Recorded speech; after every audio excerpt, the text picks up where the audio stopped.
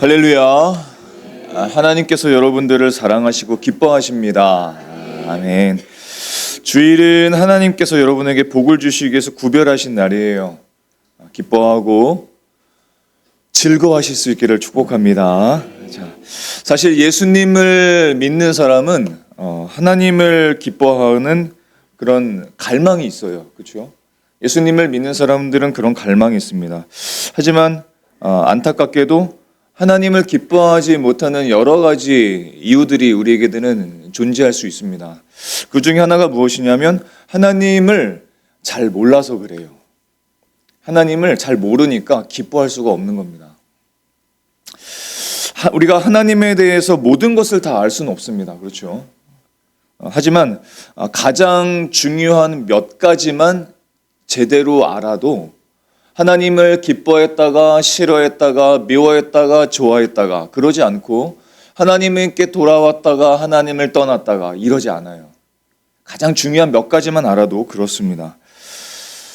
그런 것들을 반복하지 않고 하나님 앞에 하나님 안에 머무는 삶을 살려면 그런 상황이나 환경에 좌지우지되지 않고 늘 하나님 안에 머무는 삶을 살려면 하나님의 어떠한 분이신지를 우리가 잘 알아야 됩니다. 자, 그래서 2월과 3월은 주일 예배 때 그리스도인의 기본 진리라는 제목으로 타이틀로 하나님을 더욱 알아가는 시간을 갖고자 합니다. 자, 오늘 첫 번째 시간인데요. 오늘 첫 번째 시간은 하나님은 어떤 분인가 이것을 함께 나누고자 합니다. 우리 요한복음 17장 3절 말씀, 자, 그리고 시편 73편 28절 두 개의 본문을 함께 나누고자 합니다. 먼저 요한복음 17장 3절 우리 두 번 함께 큰 목소리로 함께 읽도록 하겠습니다. 함께 읽겠습니다. 영생은 곧 유일하신 참 하나님과 그가 보내신 자 예수 그리스도를 아는 것이니이다.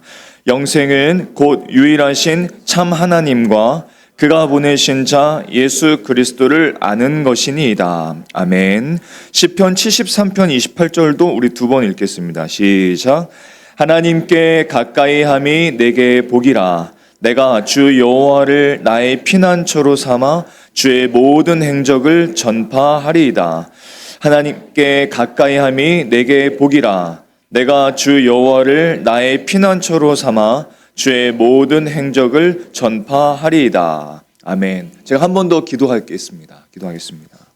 하나님, 복음이 사람의 설득력 있는 지혜 말로 심겨지지 않는다는 사실을 잘 압니다. 성령님, 이 시간 우리들의 마음과 생각을 열어주시고 하나님의 말씀들이 우리의 삶에, 우리의 심령에, 우리의 가슴과 마음에 깊이 새겨지는, 심겨지는 시간 되도록 성령님께서 주관하여 주시옵소서.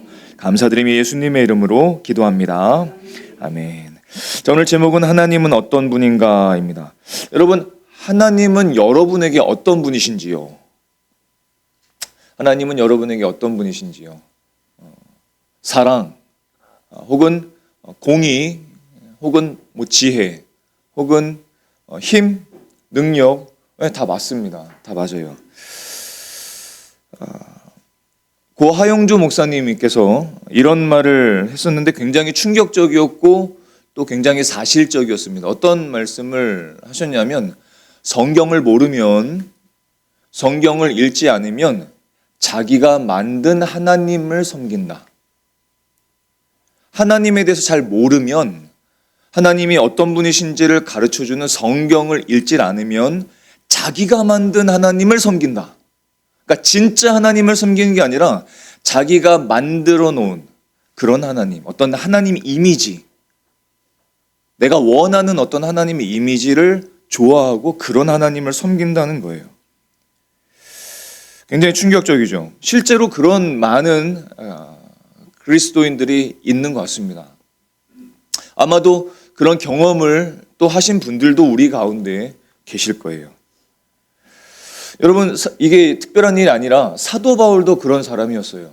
사도 바울도 그가 예수님을 만나서 이방인의 빛으로, 사도로, 복음 전도자로 부름받고 쓰임받아서 평생을 살았던 사람입니다. 자, 그런데 그도 예수님을 만나기 전에는 하나님을 안다고 자랑했지만 하나님을 제대로 알지를 못했어요.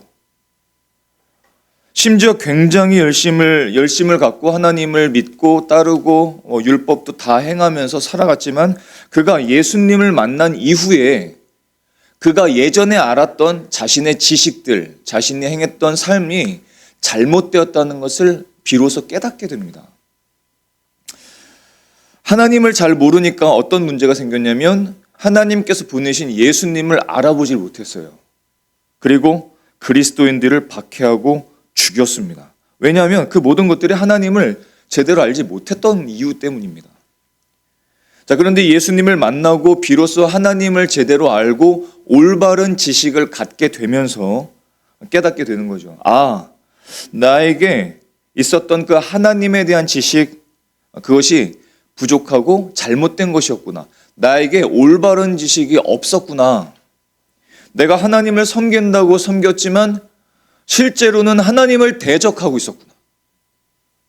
이걸 깨달은 겁니다. 그래서 이 깨달음을 로마에 있는 성도들에게 편지를 통해서 교훈을 하죠.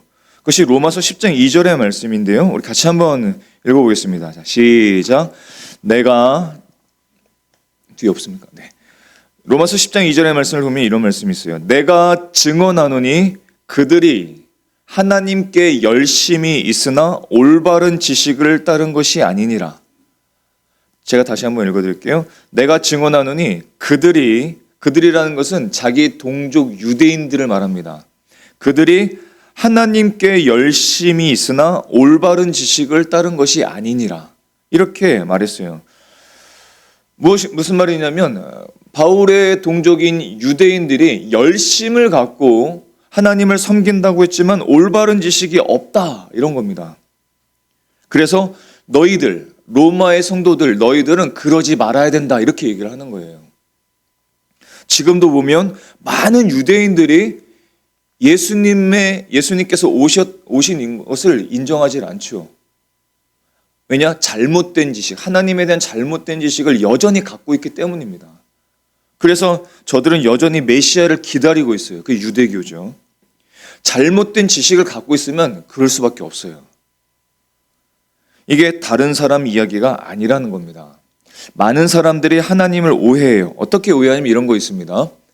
내가 실수하면 바로 벌이를 내리시는 하나님, 그런 하나님, 혹은 내 자유를 빼앗는 하나님, 내 시간을 빼앗는 하나님, 아니면 필요할 때만 나를 찾으시는 하나님, 아니면 필요할 때만 내가 찾는 하나님, 내가 기도하고 헌신하면 나에게 잘해주고 내가 잘 못하면 나를 버리시거나 나를 하나님의 사랑에서 배제시켜버리시는 하나님, 그런 하나님, 나를 사랑하시니까 죄와 허물은 그냥 용서해 주시겠지, 그냥 넘어가 주시겠지, 괜찮겠지, 그런 하나님.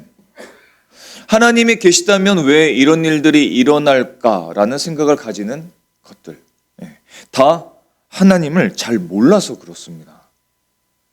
하나님에 대한 올바른 지식이 없으니까 하나님을 오해하고 하나님을 오해하니까 우리의 믿음과 우리의 신앙이 불완전해요. 그래서 하나님을 아는 것은 너무너무 중요합니다. 너무너무 중요해요. 그래서 호세아 선지자는 말하기를, 호세아서 4장 6절에 내 백성이 지식이 없으므로 망하는도다, 이렇게 말했어요. 하나님에 대한 올바른 지식이 없기에 망할 수밖에 없다, 이렇게 말씀하십니다. 여러분, 진짜 믿음은 감정적으로 하나님을 믿는 것이 아니라 올바른 지식을 갖고 믿는 것입니다. 그게 하나님에 대한 올바른 믿음이에요.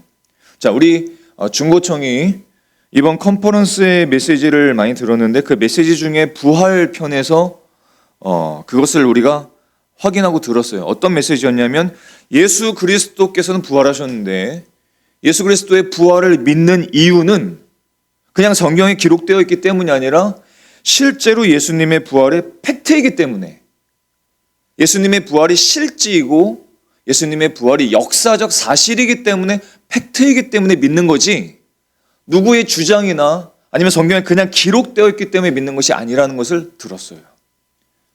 우리가 하나님을 믿는 것은 실제를 믿는 것이지 하나님이 그냥 계시다, 하나님은 이런 분이다, 이미지를 믿는 것이 결코 아닙니다. 하나님은 살아계십니다. 하나님은 살아계세요. 지금 여기에 함께 하십니다. 지금 여기에서 우리의 예배를 받으시는 분이십니다. 그러면 예배를 그냥 쉽게 드릴 수 없어요. 그렇죠?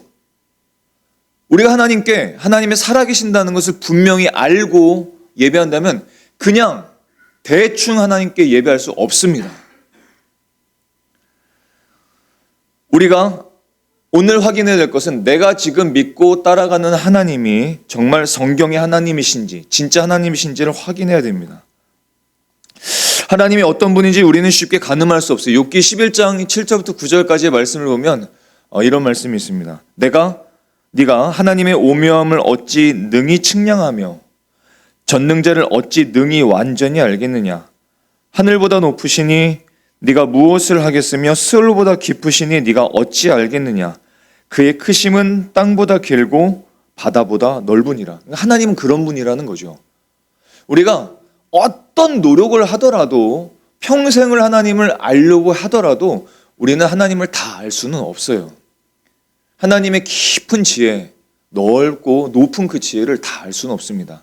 하지만 우리가 하나님을 알고 믿고 영생을 얻도록 하기 위해서 하나님의 성경 전체를 통해서 자신이 어떤 분인지를 몇 가지로 크게 말씀하십니다. 그것을 네 가지로 오늘 함께 생각해 보고자 합니다. 자, 첫 번째로 한번 따라해 볼까요? 하나님은 영이시고 어디에나 계십니다. 네, 이것을 신학적인 용어로 무소부재하신 하나님, 이렇게 말씀하시죠. 요한복음 4장 24절, 하나님은 영이시니 예배하는 자는 영과 진리로 예배해야 된다, 이렇게 말씀하시죠. 하나님은 영이십니다. 하나님은 육체가 없으세요. 그리고 그 유명한 말씀, 시편 139편의 말씀 7절부터 10절까지 말씀도 우리 한번 같이 읽어보겠습니다. 자, 시작. 내가 주의 영을 떠나 어디로 가며 주의 앞에서 어디로 피하리이까. 내가 하늘에 올라갈지라도 거기 계시며 스올에 내 자리를 펼지라도 거기 계시니이다. 내가 새벽 날개를 치며 바다 끝에 가서 거주할지라도 거기서도 주의 손이 나를 인도하시며 주의 오른손이 나를 붙드시리이다. 아멘. 이 말씀을 듣고 안정감과 평안이 생기시나요? 정상입니다. 하나님이 어디나 계시다는 것은 그리스도인들에게는 평안과 안정을 주게끔 되어 있어요. 하나님은 시간과 공간의 제한을 받지 않으십니다. 동시에 모든 곳에 온전히 계시죠. 하나님은 육체를 가지지 않으시고 영으로 계십니다. 어떻게 알 수 있는가? 성경을 보면 창세기부터 요한계시록까지 계속 그것을 증언하세요. 하나님은 영이시고 어디에나 계시다. 대표적인 사건을 하나로 들자면 요나 선지자의 사건입니다. 요나 선지자 사건. 하나님께서 요나 선지자를 조국의 원수들, 니느웨 사람들의 구원을 위해서 요나 선지자를 니느웨로 보내세요. 가라. 가서 복음을 외쳐라. 너희들에게 멸망이 곧 얼마 남지 않았으니까 하나님께 돌아와서 멸망에서 구원을 받으라. 외쳐라. 요나 선지자를 이렇게 명령하셨습니다. 그런데 요나가 싫어해요. 왜냐하면 니느웨 사람들은 이스라엘 사람들의 원수이기 때문입니다. 근데 원수들을 구원하라고 말씀하시니까 싫은 거예요. 그래서 니느웨의 반대편 다시스로 도망가 버립니다. 요나서 1장 3절의 말씀을 보면 그러나 요나가 여호와의 얼굴을 피하려고 일어나 다시스로 도망하려 하여 욥바로 내려갔더니 마침 다시스로 가는 배를 만난지라. 여호와의 얼굴을 피하여, 두 번 반복되죠. 여호와의 얼굴을 피하려고, 여호와의 얼굴을 피하여 그들과 함께 다시스로 가려고 백삭을 주고 배에 올랐더라. 지금 요나는 어떤 생각을 가졌냐면 하나님의 얼굴을 피할 수 있다고 생각했던 겁니다. 여호와의 얼굴을 피하려고. 그래서 반대편 다시스로 도망갔어요. 그것으로 도망가면 하나님을 피하고 하나님의 명령을 피하고 하나님의 말씀을 피해서 갈 수 있다고 생각을 했던 겁니다. 하지만 우리가 요나 선지자의 이야기를 다 아시겠지만 바다 한가운데서도 그리고 물고기 뱃속에서도 하나님은 이미 거기 계셨습니다. 거기 계셨어요. 하나님이 어디에나 계시다는 것은 우리에게 어떤 의미가 될까요? 나는 결코 혼자가 아니라는 겁니다. 하나님이 어디나 계시다는 것은 단순한 지식이 아니에요. 하나님이 어디나 계시다는 것은 내가 혼자가 아니라는 거예요. 하나님은 멀리서 지켜보는 분이 아니시라 지금 여기 계시는 분이십니다. 사람의 외로움들이 있죠. 그리고 고립된 어떤 고립감이 있습니다. 그것 때문에 사람들은 굉장히 어려워해요. 힘들어하고 그것 때문에 고통을 받습니다. 그런데 여러분, 사람의 외로움이나 고립감을 근본적으로 해결할 수 있는 것은 다른 사람이 아닙니다. 다른 사람이 아무리 옆에 있어도 인간은 자꾸 혼자라고 느껴요. 인간의 외로움과 고립감을 해결할 수 있는 근본적인 해독제는 사람이나 아니면 문화 아닙니다. 그것이 아니라 하나님의 임재입니다. 하나님의 임재, 그것을 느낄 때 사람의 외로움과 고립감을 근본적으로 해결할 수 있어요. 보이지 않아도, 내가 느껴지지 않아도 하나님은 어디에나 계십니다. 잠언 15장 3절의 말씀을 보면 여호와의 눈은 어디에서든지 악인과 선인을 감찰하시느니라 이렇게 말씀하세요. 근데 이 성경의 말씀이 단어가 감찰이라고 하니까 좀 무서워요. 근데 원어를 보게 되면 지켜 보호하고 계신다라는 뜻입니다. 지켜 보호하신다는 뜻이에요. CCTV를 좀 생각해 볼까요? CCTV만 해도 좀 마음이 불편하신 분들이 계실 수 있겠지만 CCTV는 범죄자에게는 두려운 존재입니다. 그렇죠? 범죄자에게는 두려운 존재예요. 하지만 대부분의 사람들에게는 보호장치입니다. 그렇죠? 범죄가 일어나지 않도록 보호하는 장치예요. 좀 비슷합니다. 하나님은 멀리 가야 만날 수 있는 그런 분이 아니라 회개하면, 찾으면, 구하면 언제든지 만날 수 있는 분이십니다. 하나님이 어디에나 계신다는 것은 우리의 고난, 우리의 실패의 자리, 우리의 버려진 것 같은 그 순간에서도 너는 결코 혼자가 아니라는 겁니다. 구석진 방에서 고통을 느끼면서 나는 혼자야 라고 느낄 때에도 너는 결코 혼자가 아니라는 거예요. 하나님이 어디나 계신다는 뜻은 그런 뜻입니다. 하나님이 어디나 계신다는 뜻은 우리를 감시하겠다는 뜻이 아니라 어디서든지 너를 보호하겠다는 뜻입니다. 버리지 않으시겠다는 약속입니다. 그래서 여러분, 외로운 그리스도인들에게는 위로가 되시고 위선자에게는 경고가 되셔서 돌아오게 하시고 고난을 당한 자에게는 의미가 되게 하시고 사명을 감당하는 자에게는 너 외롭지 않아. 네가 혼자 감당하는 것이 아니야. 내가 함께 있어. 내가 너를 도와주고 있어. 이렇게 말씀하시는 겁니다. 하나님은 어떤 분이라고요? 따라해 보겠습니다. 하나님은 영이시고 어디에나 계십니다. 이 올바른 지식을 마음에 담으실 수 있기를 축복합니다. 자, 두 번째로 한번 따라해 보겠습니다. 모든 것을 아시고 모든 것을 능히 행하십니다.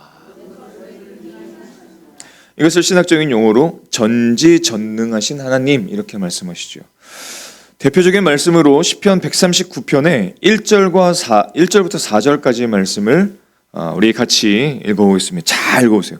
그리고 여기서 나나 내라는 단어에 여러분들을 생각하면서 읽으셨으면 좋겠습니다. 자, 같이 한번 읽어보겠습니다. 시작. 여호와여, 주께서 나를 살펴보셨으므로 나를 아시나이다. 주께서 내가 앉고 일어섬을 아시고 멀리서도 나의 생각을 밝히 아시오며 나의 모든 길과 내가 눕는 것을 살펴보셨으므로 나의 모든 행위를 익히 아시오니 여호와여 내 혀의 말을 알지 못하시는 것이 하나도 없으시니이다. 아멘. 전지전능하신 하나님, 여러분 전지전능하신 하나님 여러분들의 마음에 어떻게 다가오십니까? 아, 하나님은 전지전능하신 분이시구나. 그렇구나. 예, 끝이 아니에요. 전지전능하신 하나님이란 우리에게 분명한 의미가 있습니다. 어떤 의미냐면 우리가, 저와 여러분이 완전히 어떻게?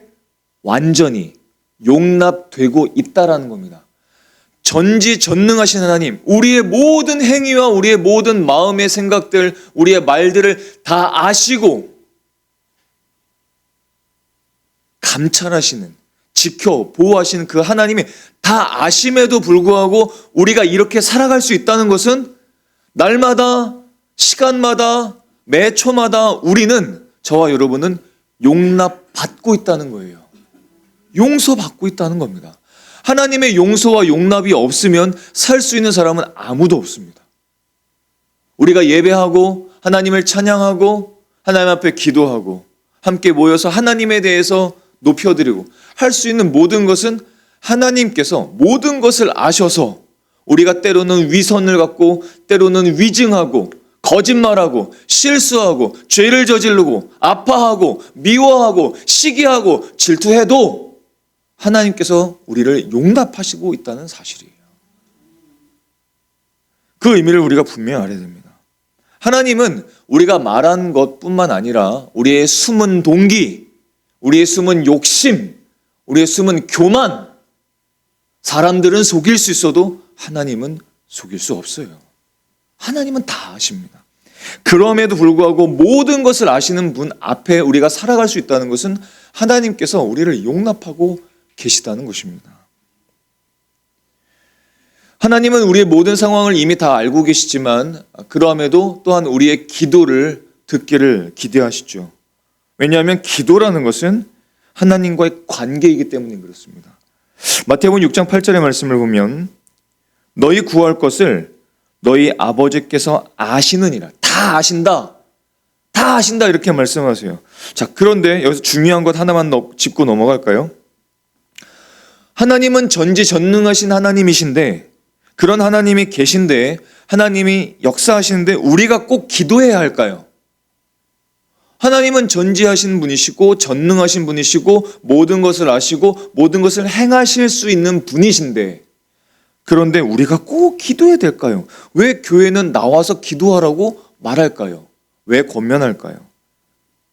기도하지 않으면 하나님께서 일하지 않으실까요? 아닙니다. 여러분, 하나님은 우리가 기도하지 않아도 일하시는 분이시고 쉬지 않으시는 분이십니다.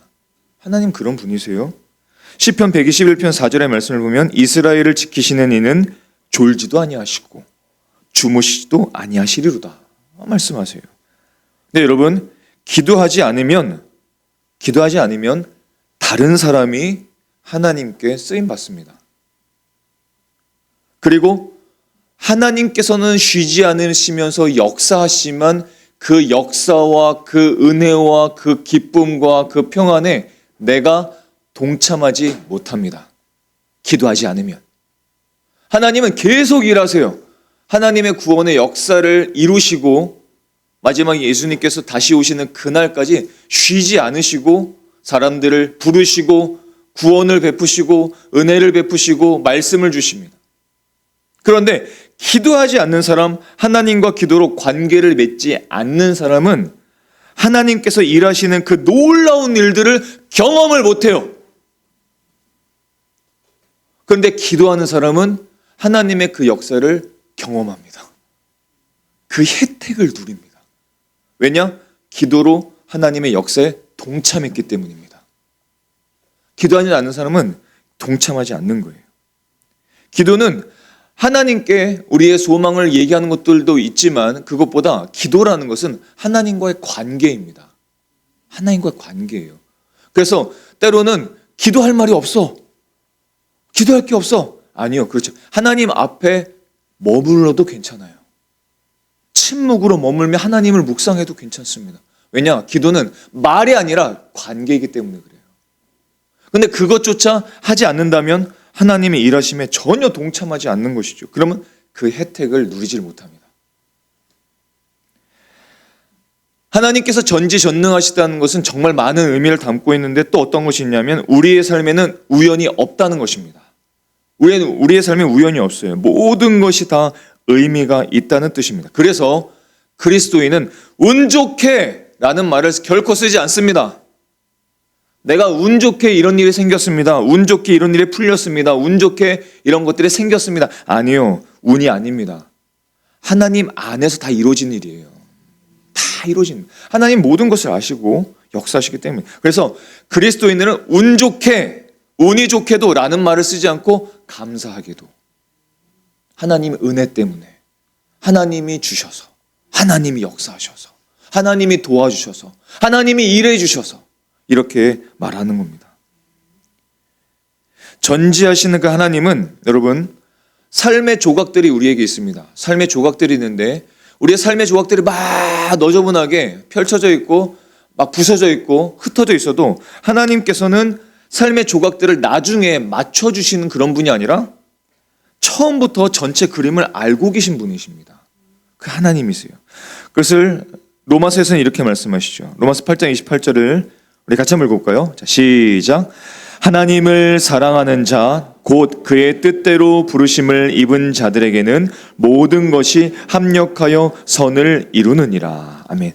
또한 전능하시다는 것은 하나님께서 반드시 우리에게 약속하신 것을 지켜주신다는 뜻입니다.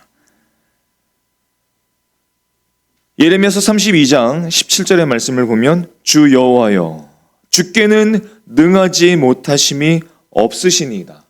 이게 히브리어의 특징이기도 한데 히브리의 특징은 무엇이냐면 부정을 2번 합니다. 그래서 어떻게 만드냐면 강한 긍정을 만듭니다. 주께서는 능하지 못하심이 없으시나. 무슨 뜻이에요? 주님은 능하십니다. 이런 뜻입니다. 하지 못하실 리 없으시다는 거예요. 우리가 하나님께서 전지전능하신 분이라는 것을 알아야 되는 중요한 이유는 무엇이냐면 우리가 우리의 삶을 통제하지 않아도 괜찮다는 겁니다. 왜냐? 하나님이 모든 것을 아시고 일하시고 계시니까 우리의 삶을 우리가 통제하지 않아도 괜찮다는 거예요. 그래서 전지전능하신 하나님을 믿는 사람에게는요, 불안이 신뢰로 바뀝니다. 전지전능하신 하나님을 믿는 사람은 집착이 맡김으로 바뀝니다. 근데 전지전능하신 하나님을 믿지를 못하면 맡기질 못하고 하나님께 맡기질 못하고 집착하게 돼요. 자꾸 집착하게 됩니다. 하나님을 믿는 사람, 전지전능하신 하나님을 믿는 사람은 조급해하지 않고 인내를 갖게 됩니다. 왜? 하나님은 다 알고 계시니까요. 하나님은 다 하실 수 있으니까요. 조급해하지 않아요. 여러분, 믿음이라는 것은 잘 들어보세요. 믿음이라는 것은 인간이 무력해서 연약해서 그래서 믿는 게 믿음이 아닙니다. 진짜 믿음은 전지전능하신 하나님께 맡기는 거예요. 그게 믿음입니다. 믿음이 잘 맡기는 사람이 믿음 있는 사람이에요. 반대로 맡기지 않는 사람은 믿음이 없는 거예요. 하나님께 우리의 삶을 맡기실 수 있기를 바랍니다. 맡기셔야 돼요. 자꾸 맡기셔야 됩니다. 우리는 전지전능하신 하나님을 신뢰하면 돼요. 여러분, 기도하면 하나님께 기도했으면 그냥 사세요. 하나님께 맡겼으면 그냥 살아가세요. 기도해놓고 불안감을 갖고 기도해놓고 내가 열심히 해야 된다는 수고를, 능력을, 나를 자꾸 의지하는 것은 옳지 않습니다. 하나님께 우리의 삶을 맡기고 인내하고 하나님께 자꾸 맡기는 그런 저와 여러분이 되실 수 있기를 축복합니다.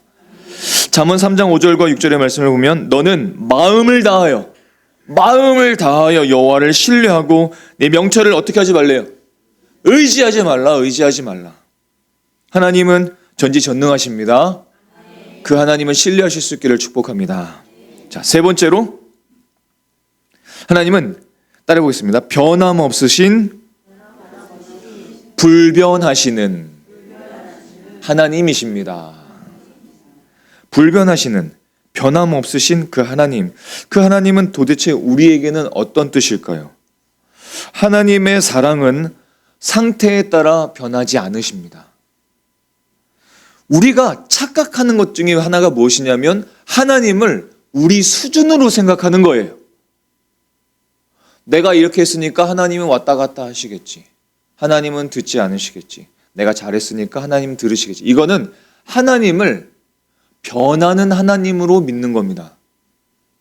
변하는 하나님. 하나님을 오해하는 것이죠. 하나님의 사랑은 변하지 않습니다. 그래서 예수님을 보내신 겁니다. 만약에 이스라엘 백성이든 저와 여러분이 죄 때문에, 허물 때문에 하나님 앞에 범죄하여 하나님을 떠나서 하나님의 사랑에 변했다면 예수님은 이 땅에 오실 이유가 없으시죠. 십자가를 지실 이유가 없으십니다. 왜? 죄 졌는데요. 허물이 가득한 인간을 사랑이 변했다면, 하나님의 사랑이 변했다면, 하나님의 용납이 변했다면 십자가를 지실, 자신이 십자가를 지실 이유가 없습니다. 그냥 버리면 되죠. 지옥에 버려버리면 되죠. 근데 하나님의 사랑은 변함이 없으십니다. 그래서 십자가를 지신 거예요.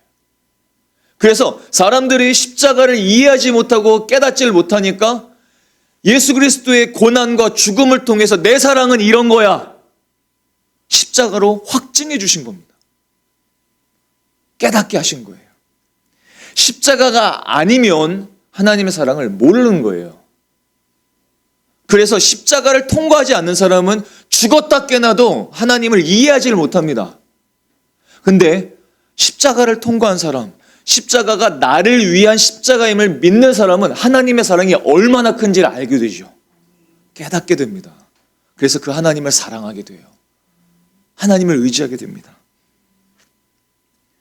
하나님의 불변하심이라는 것은 그분의 사랑이 감정적인 기복이나 우리의 성과에 달려있지 않다는 뜻이에요. 그래서 중요한 건 이런 겁니다. 그래서 우리가 넘어졌을 때에도 하나님은 우리를 버리지 아니하시고 우리가 회개할 때 언제나 돌아갈 자리가 있다는 겁니다. 우리가 돌아갈 수 있는 자리가 있다는 것이 얼마나 평안합니까? 얼마나 얌전해요. 하나님의 약속은 유효 기간이 없습니다.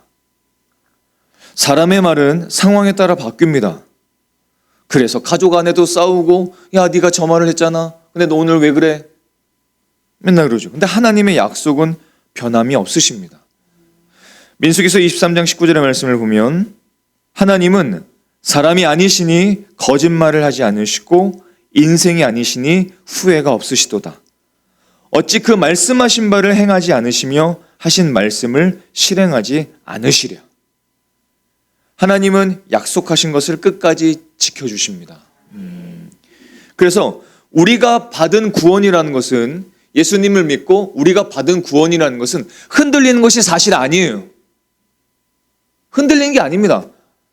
우리가 흔들리는 것은 우리의 감정이죠. 우리의 기분이에요. 우리의 마음이죠. 그러나 구원, 십자가, 영생, 하나님의 사랑, 하나님의 은혜는 결코 흔들린 적이 단 한순간도 없으십니다. 그게 불변하신 하나님이세요.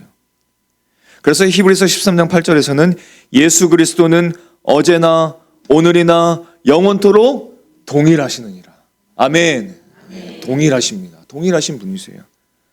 하나님을, 예수님을 자꾸 우리 수준으로 낮추지 마세요. 자꾸 낮추지 마세요.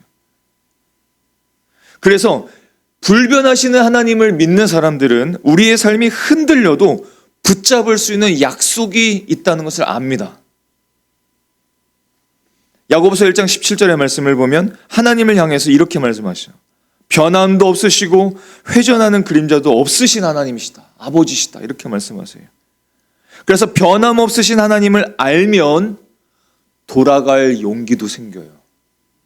돌아갈 용기도 생겨요. 왜냐? 하나님 아버지가 변함없이 나를 기다리신다는 것을 알기 때문이죠. 근데 불변하신 하나님을 모르면 자꾸 기준이 내가 되니까 돌아갈 용기도 없어. 돌아가지도 않아. 자꾸 그렇게 되는 겁니다. 불변하시는 하나님을 믿으시고 흔들리지 않는 소망을 여러분 모두가 가질 수 있기를 축복합니다. 변하고 흔들리는 세상을 의지하지 마십시오. 변하고 흔들리는 사람의 약속을 의지하지 마십시오. 하나님을 의지하는 저와 여러분이 되실 수 있기를 축복합니다. 아멘. 자, 마지막 네 번째로 하나님은 따라 보겠습니다. 스스로 존재하시는 하나님, 자존하시는 하나님이라는 말입니다. 출애굽기 3장 14절의 말씀을 보면 하나님이 모세에게 이르시되 나는 스스로 있는 자니이다. 스스로 있는 자이니라. 이 말은 어떤 뜻일까요? 하나님은 다른 어떤 것에도 의존하지 않으십니다. 누구로부터, 다른 어떤 존재로부터 생명이라든지 능력이라든지 가치라든지 그런 것들을 부여받지 않으십니다. 공급받지 않으십니다. 그분은 시작이 없으십니다. 그분은 끝이 없으십니다. 아무도 그 하나님을 창조하지 않았습니다. 하나님은 그저 존재하셨고 존재하고 계시고 존재하실 것입니다. 그게 하나님이세요. 그게 하나님이십니다. 이게 여러분 우리에게 너무 좋은 소식이에요. 하나님은 영원하신 분이시구나. 불변하신 분이구나. 스스로 존재하신 분은 그렇구나. 이게 아니에요. 이게 우리에게 얼마나 좋은 소식인지 한번 들어보세요. 내가 내 인생의 중심이 되면 모든 책임을 내가 져야 합니다. 내가 져야 합니다. 내가 중심이 되면. 그런데 복음은 그렇게 말하지 않죠. 스스로 존재하시는 분, 모든 것이 풍성하신 그 분, 그 하나님이 계시니 안심하라. 걱정하지 말아라. 무엇을 입을까 염려하지 말아라. 네가 내 안에 있는데 뭐가 걱정이니? 네가 내 안에 있는데 뭐가 걱정이니? 이렇게 말씀하시는 겁니다. 하나님은 스스로 존재하시는 분이신데 그 스스로 존재하시는 모든 것이 풍성하신 그 하나님 안에 내가 있으면 어떻게 될까요? 나도 풍성한 사람이죠. 나도 풍족한 사람입니다. 그것을 아는 사람은 뭐가 좀 없어도 모든 것이 좀 안 돼도 걱정과 두려움을 벗어버립니다. 자꾸 벗어버려요. 하나님은 어떤 필요가 있으신 분이 아니라 모든 것이 다 충족되어 계신 분이십니다. 그분이 여러분의 아버지이십니다. 그분이 그분의 풍성함을 여러분에게 주고 계십니다. 공급하고 계세요. 이 놀라운 소식은 하나님의 사랑 또한 순수하다는 증거가 됩니다. 그 하나님은 우리에게서 무엇을 얻기 위해서 예배해, 나에게 기도해, 나에게 찬양해 이런 분이 아니세요. 하나님은 외롭지도 않으시고 하나님 부족하지도 않으십니다. 하나님의 사랑이라는 것은 조건적인 거래가 아니에요. 그냥 은혜입니다. 그냥 은혜예요. 우리가 실패했을 때도 잘났을 때도 변하지 않는 이유가 여기에 있습니다. 그래서 여러분 예배를 잘 생각해 봐야 됩니다. 우리 마지막으로 예배를 잘 생각해 봐야 돼요. 예배는 하나님의 뭔가가 부족해서 영광이 부족하거나 어떤 하나님 안에 있는 기쁨이 부족해서 우리가 예배를 잘 해야 돼. 하나님을 채우는 행위가 예배가 아니에요. 아닙니다. 그 하나님 앞에서 내 자리를 찾는 게 예배입니다. 그러니까 내가 예배를 끝났을 때, 예배를 다 드렸을 때 돌아가면서 내 자리를, 내가 있어야 될 자리를 찾지를 못하면 예배를 못 드린 거예요. 근데 예배를 잘 드린 사람은 예배를 드린 후에 내 자리를 찾게 됩니다. 내가 어디서 살아야 될지, 내가 어떻게 살아야 될지를 알게 되는 거예요. 하나님의 속성들을 다시 한번 기억해 볼까요? 첫 번째가 어떤 것인지 기억나십니까? 하나님은 영이시고 어디에나 계시는 하나님이시죠. 두 번째는 전지전능하신 하나님. 세 번째는 변하지 않으시는 하나님. 네 번째는 스스로 존재하시는 하나님입니다. 자, 여러분, 이 올바른 지식들을 우리가 알게 되면 우리에게는 삶이 생활이, 말이, 행동이 바뀌게 되어 있습니다. 바뀌게 되어 있어요. 그냥 바뀌는 겁니다. 바뀌는 거예요. 어떻게 바뀌냐면 하나님과 인간의 경계를 분명히 알게 됩니다. 아, 하나님은 완전하신 분이시지, 스스로 계신 분이시지, 불변하신 분이시지, 전지전능하신 분이시지 라는 것을 아는 사람은 하나님과 나의 경계를 딱 그을 줄 알아요. 근데 이걸 모르면 하나님을 쉽게 봅니다. 하나님을 인간의 수준으로 봅니다. 근데 하나님이 어떠한 분이라는 걸 분명히 아는 사람은 하나님과 내가 견줄 수 없는 사이라는 걸 알아요. 그럼 여러분 어떻게 될까요? 예배를 마음대로 드릴 수가 없습니다. 하나님 앞에 겸손하게 예배할 수밖에 없어요. 하나님은 제한이 없으시고 모든 것을 알고 계시고 시작과 끝도 없고 모든 것을 가지신 분인데 그분 앞에 우리는 늘 의존적이 되어야 되고 늘 하나님을 사랑해야 되는데 그렇지 않아요. 우리가 하나님을 제대로 모르는 겁니다. 우리는 늘 유한하고 우리는 늘 변덕스러워요. 근데 하나님이 어떤 분인지를 알면 알수록 우리는 인생의 제자리를 찾게 됩니다. 제자리를 찾게 돼요. 감정, 상황, 환경에 쉽게 흔들리지 않고 하나님의 모든 약속을 의지하면서 예배할 수 있게 됩니다. 그래서 하나님을 알면 알수록 예배의 깊이가 깊어져요. 예배의 깊이가 깊어집니다. 아마 우리 중고청 우리 세대 여러분, 우리 교회가 개척하고 나서 1년, 2년, 3년째가 되면서 하나님을 예배하는 것이 깊어진 사람들이 있을 겁니다. 그거는 예배를 더 많이 드렸기 때문이 아니에요. 하나님을 더 알았기 때문입니다. 하나님을 더 알았기 때문에 그래요. 하나님을 더 알게 되니까 하나님께 나아갈 수밖에 없어요. 하나님의 말씀을 들을 수밖에 없어요. 하나님을 더 사랑할 수밖에 없어요. 하나님을 더 기뻐할 수밖에 없거든요. 하나님을 더 알기 때문에 그렇게 되는 겁니다. 그러면 그런 사람은 예배가 가벼워질 수가 없습니다. 여러분, 마음대로 예배할 수가 없어요. 마음대로 말씀을 들을 수 없습니다. 다행히도 어두운 이 시대 가운데 정말 감사한 물결이 있더라고요. 감사하게도 정말 그런 물결이 일어나는 것을 우리가 느끼고 있습니다. 교회의 개혁, 예배의 개혁을 외치는 부흥의 물결들이 일어나고 있다는 것을 많이 듣게 되었습니다. 학교 캠퍼스에서 기도 모임들이 생겨나고 우리 아이들이, 우리 젊은 세대들이 누군가 명령하지 않았는데 기도하고 찬양하고 그게 안 모이면 혼자라도 모이고 혼자라도 기도하고 혼자라도 말씀 읽고 이런 물결들이 일어나고 있어요. 근데 여러분, 그런 물결들이 일어나는데 또 한편으로는 반대편의 물결들도 거세고 있습니다. 마음대로 예배하고 자기 마음대로 예배 빼먹고 그런 물결들이 극단적으로 지금 가고 있습니다. 지금 물결이. 하나님을 더 적극적으로 찾는 물결이 있고 하나님을 무시하는 물결들이 극단으로 일어나고 있어요. 이것이 요한계시록의 선언입니다. 결국 그러다가 예수님께서는 오실 거예요. 그리고 이 두 부류는 완전히 갈라지게 될 겁니다. 여러분 어디에 서 계실 겁니까? 어디에 서 계실 겁니까? 이걸 우리가 결정해야 됩니다. 신학대학원 교수이시고 제가 신학대학원 다닐 때 은사시죠. 유준 목사님이 계신데 그분이 책 중에 교회에게 하고픈 말, 이 내용을 보면 가슴 아픈 내용들이 굉장히 많아요. 그런데 가슴 아픈 내용 중에 하나가 무엇이냐면 많은 한국 교회의 모습이 소비자가 이끄는 교회라는 겁니다. 사람이 이끄는 교회가 돼버렸다는 거예요.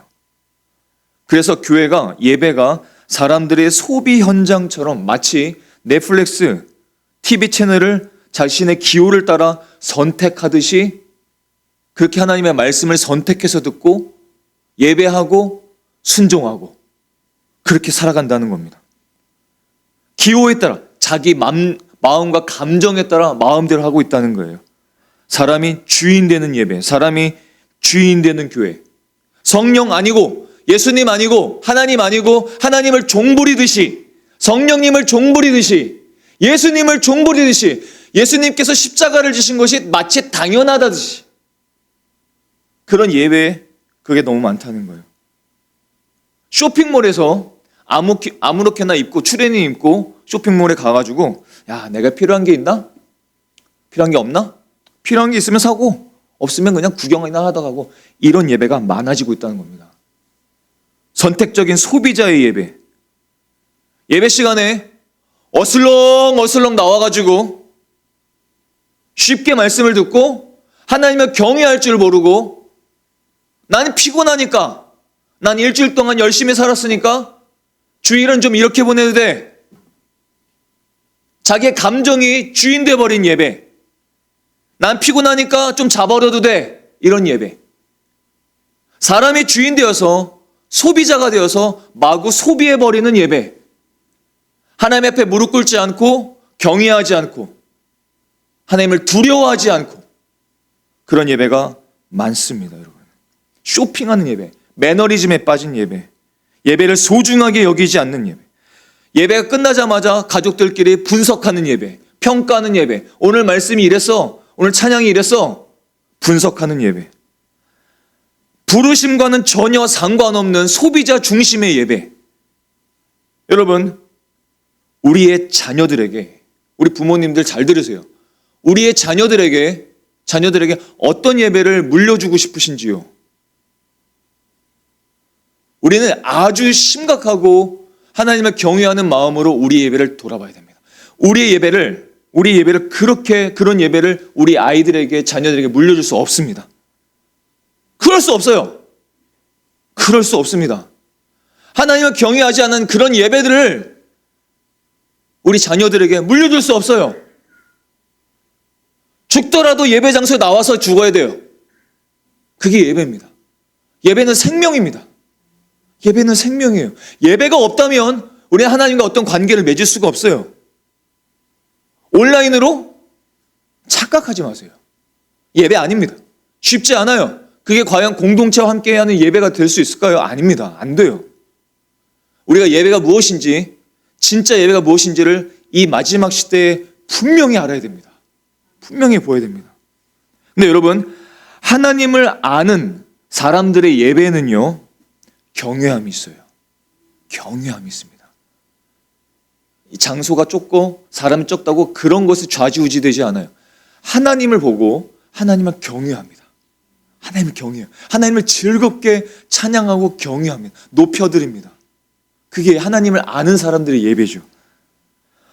하나님을 경외하고 하나님을 두려워한다는 건 건강한 두려움이에요. 건강한 두려움이 있어야 됩니다. 동시에 건강한 두려움으로 예배하기 때문에 안전합니다. 안전해요. 그리고 자유가 있고 놀라운 은혜가 있어요. 여러분, 우리가 하나님을 예배하고 있는데, 하나님을 예배한다는 것은 비슷한 존재를 예배하는 게 아닙니다. 하나님은 우리의 어떤 것과도 견줄 수 없는 정말 초월적인 분이시죠. 그런데 여러분, 그런 분이 우리에게 오셨다는 게 중요한 거예요. 그런 분이 우리 때문에, 나 때문에, 내 죄 때문에, 내 허물 때문에 십자가를 지셨다는 게 얼마나 놀라운 은혜입니까? 그 하나님을 어떻게 예배하지 않을 수 없나요? 그런 하나님을 어떻게 마음대로 예배할 수 있어요? 그런 하나님을 어떻게 우리의 기호와 감정에 따라서 예배할 수 있습니까? 그게 예배입니까? 그럴 수는 없어요. 그래서 하나님을 알고 하나님을 경외하는 예배에는 은혜로 알게 됩니다. 아, 이게 은혜이구나라는 것을 알게 돼요. 그런데 은혜로 알지 못하는 사람은 하나님을 경외할지 못하죠. 하나님을 몰라요. 그래서 이 은혜가 내게 얼마나 놀라운 은혜인지를 잘 모르는 겁니다. 하나님을 알면 알수록 십자가와 그 구원이 얼마나 충격적인 사실인지를 깨닫게 돼요. 그리고 겸손이 무엇인지, 낮아지심이 무엇인지, 십자가를 졌다는 것이 얼마나 놀라운 하나님의 자기 낮아지심인지를 그때 알게 되죠. 그러면 십자가의 은혜가 선명해집니다. 십자가의 은혜가 선명해져요. 아주 밝게 드러납니다. 그리고 은혜를 은혜로 알게 되죠. 사랑하는 성도 여러분, 오늘 예배를 마치기 전에 우리 가슴에 깊은 생각을 해야 됩니다. 요한복음 17장 3절의 말씀을 마지막 한번 제가 다시 읽어보면 영생은 곧 유일하신 참 하나님과 그가 보내신 자 예수 그리스도를 아는 것이니이다 했어요. 영생은 하나님과 예수님을 아는 것이라고 했습니다. 하나님과 예수님을 알지를 못하면 영생은 없다는 뜻이에요. 하나님을 경외해야 됩니다. 하나님은 영이시고 어디에나 계십니다. 하나님은 전지전능하십니다. 하나님은 불변하십니다.